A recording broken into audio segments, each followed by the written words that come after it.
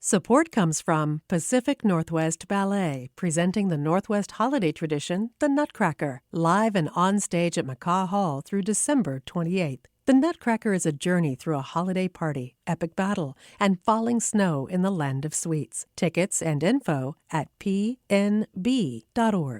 Support comes from Seattle Restored, revitalizing Seattle neighborhoods with creativity and commerce. Over 95 vacant storefronts have been transformed into vibrant pop-up shops, window art installations, and artist residences. Explore current and past locations at seattlerestored.org. Hi, welcome to Meet Me Here, your weekly guide to arts and culture worth leaving your house for. I'm Jeannie Yandel, and if you've been listening to KUOW and paying attention to the news, you know things are not great for arts organizations right now. Federally, money for arts and humanities are being cut, and locally, audiences haven't quite come back since the pandemic. But today we're going to talk about some simple, free ways you and I, and all of us can do something about that situation with Seattle Times arts economy reporter Margo Vansynghel. But first, it's spooky season and I want to go see a movie with you. But this is not any old horror movie I'm talking about. This is a century-old Swedish documentary-style silent film called Häxan, The History of Witchcraft. This movie is like a black and white fever dream. It blends folk tales, rumor, and historical facts to reimagine stories about what witches allegedly do and to sometimes brutally examine what gets done to suspected witches. And like I said before, this movie is more than 100 years old. It was made in 1922, but the director used, for the time, cutting-edge special effects for Häxan, so his audiences could really see witches fly through the air and villagers float out of their bodies to have out-of-body experiences. This movie is a real rarity, and it's even more rare to get to see it with other people. You can see Häxan on October 30th at 7 p.m. at the National Nordic Museum in Ballard, co-presented with Scarecrow Video. We'll include a link for $10 tickets in the show notes. If you want some more options for stuff to do, we've got you. Check out the weekend warm-up every Thursday around 12:45 on Soundside or in the Meet Me Here feed every Friday. Support comes from Pacific Northwest Ballet, presenting the Northwest holiday tradition, the Nutcracker, live and on stage at McCaw Hall through December 28th. The Nutcracker is a journey through a holiday party, epic battle, and falling snow in the land of sweets. Tickets and info at pnb.org. Support comes from Seattle Restored, revitalizing Seattle neighborhoods with creativity and commerce. Over 95 vacant storefronts have been transformed into vibrant pop-up shops, window art installations, and artist residences. Explore current and past locations at seattlerestored.org. If we lose art, what happens to this city?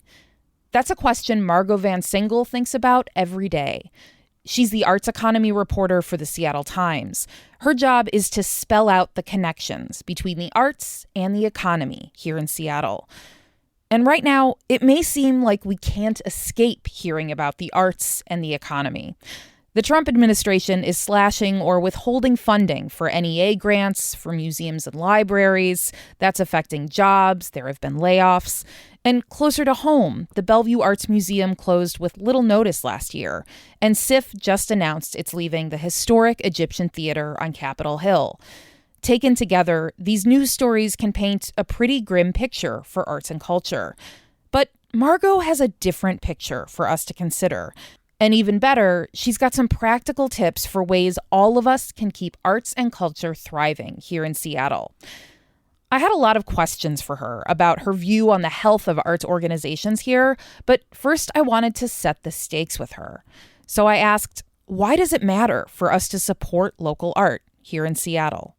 There are a couple ways I could answer this, and I feel like, my title says arts economy reporter, so I could answer by saying, the arts bring in so much revenue and bring in so much benefit to the economy. And that's true. Or the arts are so good for our mental health and are so good for our social cohesion or whatever. And all those things are true.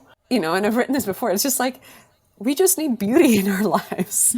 We just need, life is hard and we just need something beautiful to exist. And we just need weirdness and strangeness and wonder to exist. And we can't live with only grayness.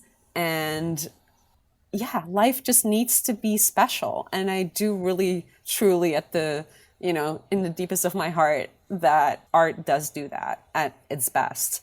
So you write about the arts and the economy in Washington state. Do you feel like you're bringing good news to your audience on this beat, or bad news, or a little bit of both? Unfortunately, I sometimes joke I'm the harbinger of doom a little bit, because it is at least in the last couple of years, it's not been a ton of fun news. Yes. There has been some good news, obviously, and I will not totally depress you during this conversation. I promise. I have my sad lamp here on my desk. Aww. And I, would recommend you have something to keep you going. No, I'm joking. But overall it's been a tough couple years. So overall there's been some tough news. I appreciate you saying, you have your sad lamp here and, that you do feel like sometimes you're the harbinger of doom with this beat. But I also know that you've seen some positive things happening with some arts organizations in the region. Generally, what are you seeing that's positive? A few things I've just seen by being out and about that I just want to highlight. Just being at the Seattle Symphony lately, I saw Rachmaninoff, and they have a new music director. Oh, that's cool. So you got to see the new music director, Xian Zhang, conduct at the symphony. Yes, and it was cool. Incredible. And I had read those articles, that my colleagues had written and other people that, at the Wall Street Journal had written, where they talk about her charisma and I was like, sure, but how much can that really impact? But she just has an incredible stage presence, and the way she introduces the show, it just really electrifies the performance, and it really made me want to go back. And it was I think a full house. I don't know. I didn't count the seats, but there were a lot of people, and there were like a good amount of young people. That gave me a good feeling. And then the Art Walk has been just, Pioneer Square Art Walk every first Thursday of the month has been just popping off. There's a kind of a younger generation that has really rediscovered it. And it's, I was there, I think it was a month ago or maybe 2 months ago. It was sunny and it was just like fashion forward. And it just was like, I'd never seen this many people at an art walk. It just was kind of blowing my mind. I think I was literally like, oh my God. Like it was literally stunning to me. So anyway, like that was really positive. We do write positive stories. It's not just negative news, because people will sometimes be like, do you ever write positive stories? And it's like, yes, we do, but you got to read them. Margo, I love hearing you talk about what's happening at, the First Thursday Art Walk, what's happening at the Symphony with Xian Zhang as the new music director and, and her conducting. But I do feel obligated to mention that, of course, we have seen some closures recently, right? Bellevue Art Museum closed suddenly last year. It felt like SIF recently announced that they're no longer going to be using the Egyptian Theater, which feels like that organization is shrinking a little bit. Mm-hmm. Are these things, I guess, canaries in the coal mine when it comes to what's happening with local arts organizations? I would preface this question, or the answer to this question, by saying, there is not one arts organization that has not been impacted by the pandemic. And the pandemic is everything that comes with it, right? It's not just people, it's not just being closed. It's the pandemic, inflation, people's, donors shifting donor behavior. It's everything that comes with that. So I'm saying that.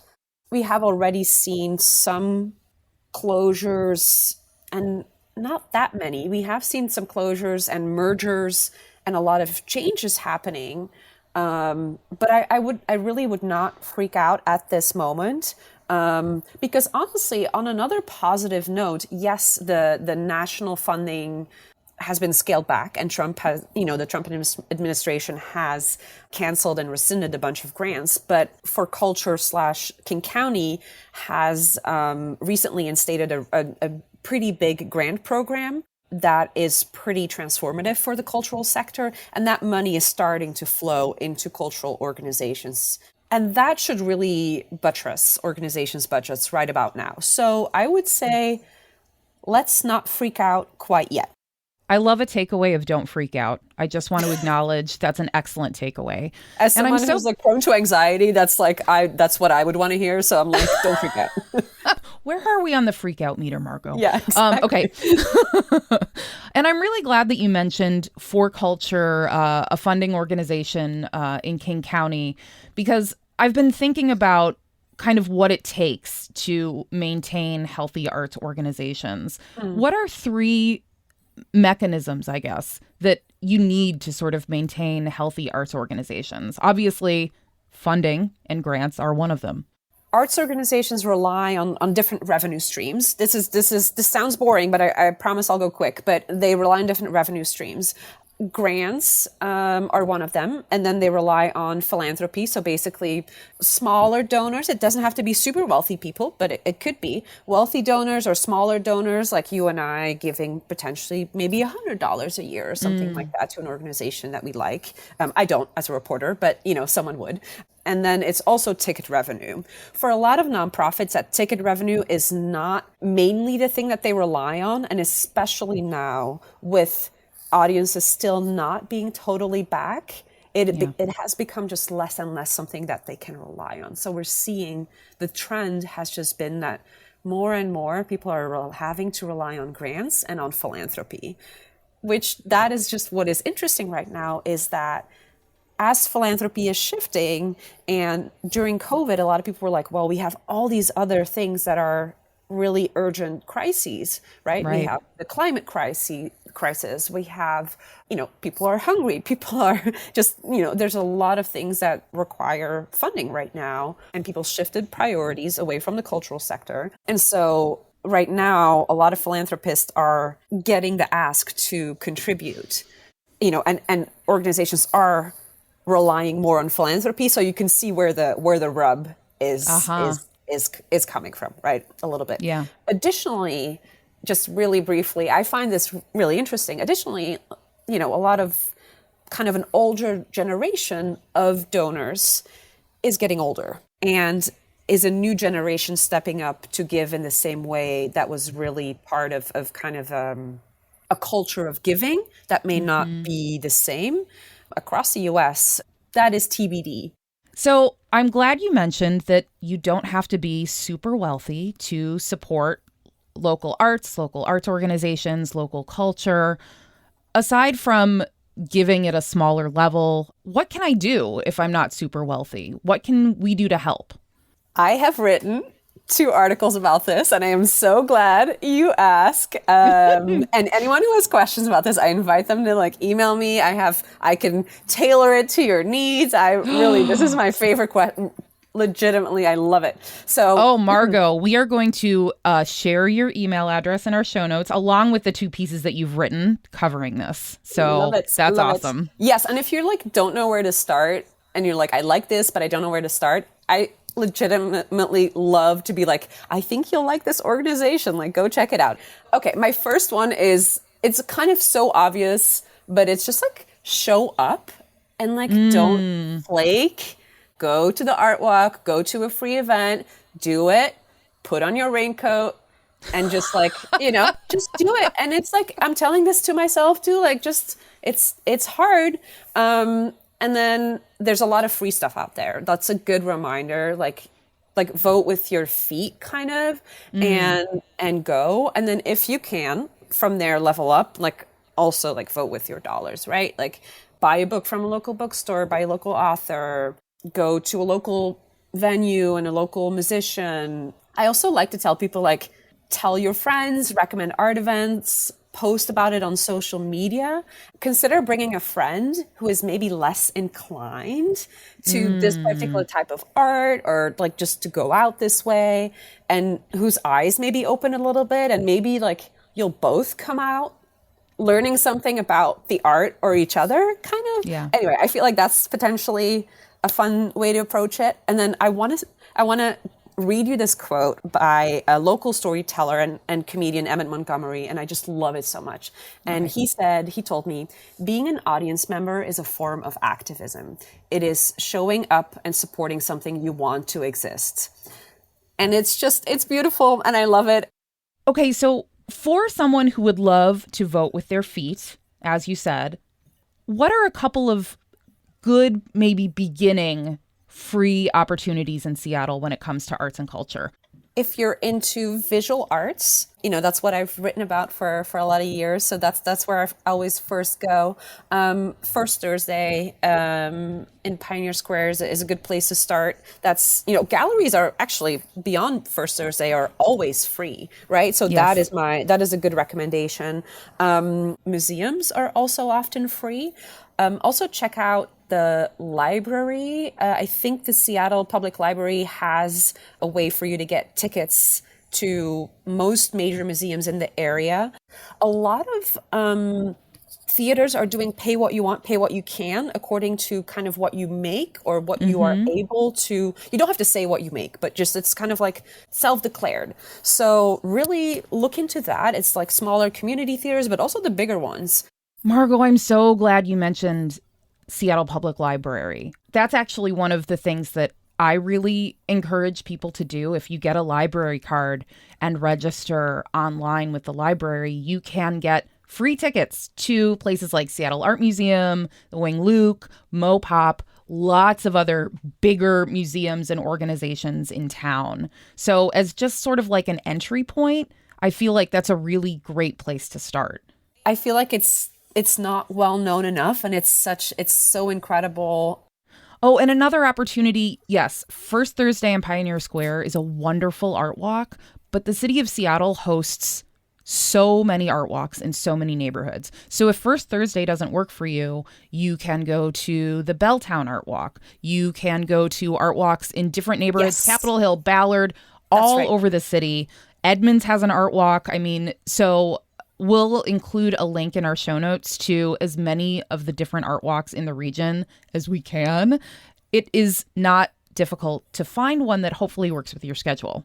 Margo, we've talked about voting with your feet, voting with your dollars in all kinds of ways.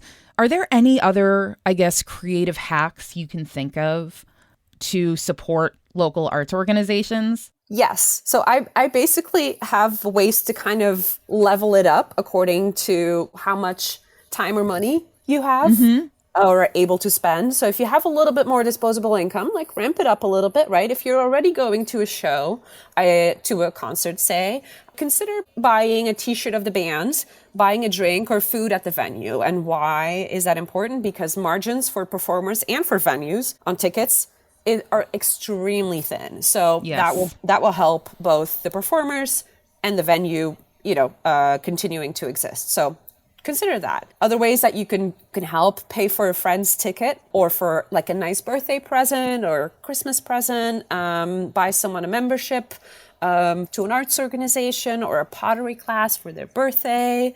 And then buying art as a gift. I think it's totally underrated.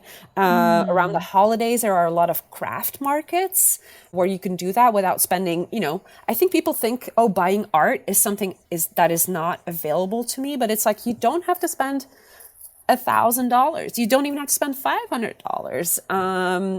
And you can do that at craft markets, but even galleries have prints available, even smaller paintings that really are not that expensive. They have payment plans. They have ways available to make that pretty accessible to folks. And then, but some people don't have much money, but some people have time. And so that's where I want to say that if you have more time than money, or maybe you have both, but you could volunteer your time and help organizations by, maybe it's ushering, maybe you have skills like marketing or IT, and maybe you help in that way. And the last thing that I want to say, and this is self-serving, I think, for both of us, but listen to, read, share, subscribe, support arts journalism. It doesn't have to be the Seattle Times or KUOW, but I mean, it does help.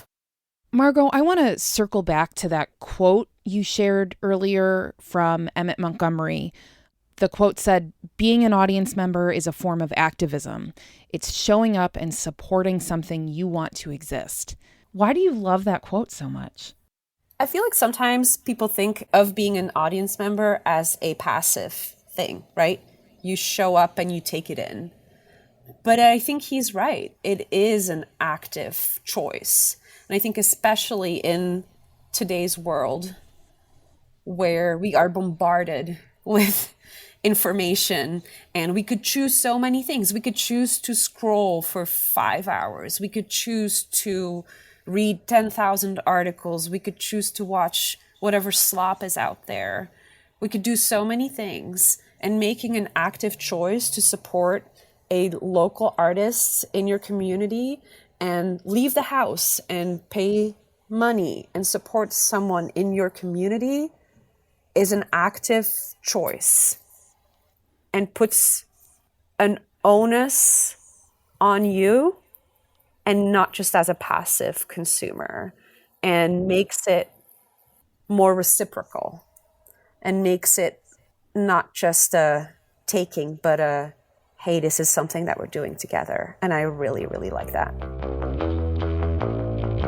Margo Vansynghel is the arts economy reporter for the Seattle Times.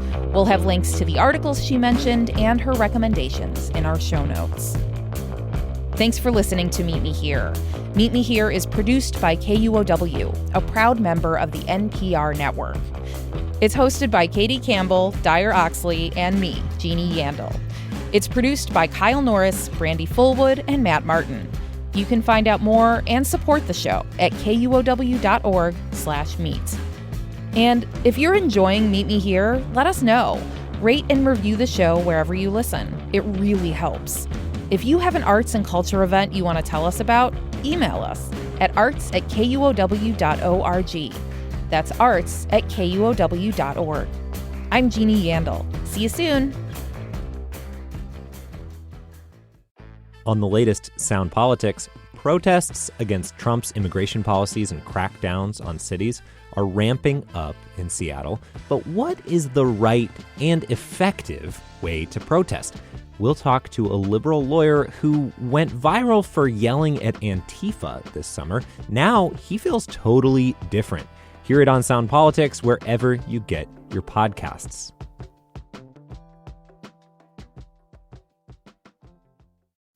Hey, I'm Ton Vin, host of the Seattle Eats podcast. I want you to join me, Kenshi Lopez-Alt, and Rachel Bell for a special live taping of the show. We'll share insider tips, foodie secrets, and answers to your biggest dining questions. Join us Monday, November 10th at 7:30 p.m. at Town Hall Seattle. Find out more and get tickets at kuow.org/events. KUOW live events are sponsored by Finney Ridge Painting.